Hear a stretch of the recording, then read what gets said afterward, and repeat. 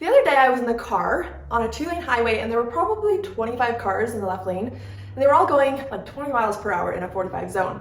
But for some reason the whole right lane was empty.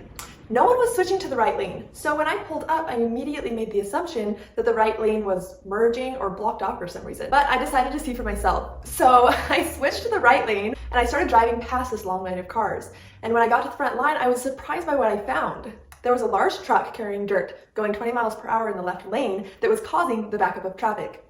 I passed this truck with no problem and kept on my way. But I couldn't help but think, why were all of those people staying in the left lane when the right lane was completely open? They were probably making the same assumptions that I was and didn't even think to question it. There's a problem with most people, I being victim in the past, where we assume that the people around us know more than we do. Simon Sinek talks about a time where several C-level executives were in a board meeting with a consultant, and all of them were nodding their heads as if they knew what was going on. It wasn't until Simon, the guy who was really a nobody in the room, said, "I know I'm the only person in this room without an MBA, but this doesn't make sense." And as soon as he said that, several other executives admitted that they also had no idea what was going on either. What a tragedy. If no one had spoken up, they would have ended up paying tons of money for a document that they didn't understand, and it would have sat on the shelf and never been used just because they were all scared to be the idiot in the room. But why? We so often doubt our own knowledge and discredit our own intelligence and our ability to ask questions and come to our own conclusions. Most of the time, we create this mindset of doubting ourselves because of how people have reacted to our questions in the past. I can't tell you how many times my questions have been criticized. When I was in the information systems program at BYU, one of my team members criticized almost everything that I said. I could hardly stand it. One specific time we were doing an accounting sheet with rows and rows of numbers and we had to apply different accounting procedures to it.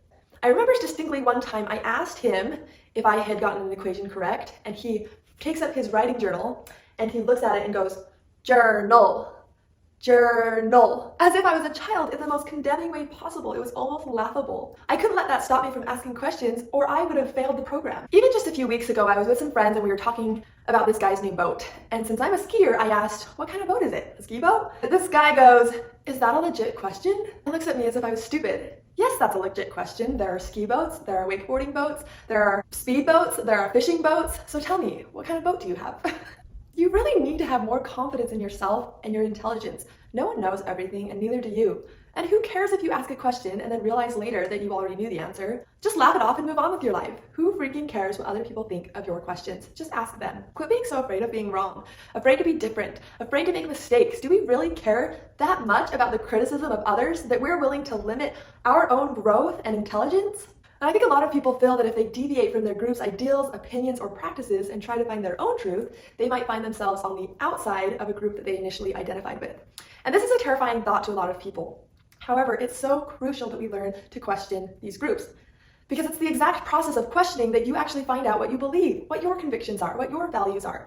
And you will not find your own truth without questioning. And remember, you are not defined by the groups that you associate with. You have no obligation to conform to their ideals. You are not defined by your religion, your race, your favorite sports team, your political group, or your gender. You can follow these groups' ideals, but you need to be open to questioning them to make sure they line up with your own beliefs and your ideals. So we have to learn to not shoot down other people's questions and opinions, but we also can't be afraid of asking questions ourselves and being comfortable with opposing ideas. Because it's through questioning different ideals and opinions of the groups and individuals that you associate that you will find your own truth. And in order to live a principle-based life, you need to find your truth and you need to be willing to question.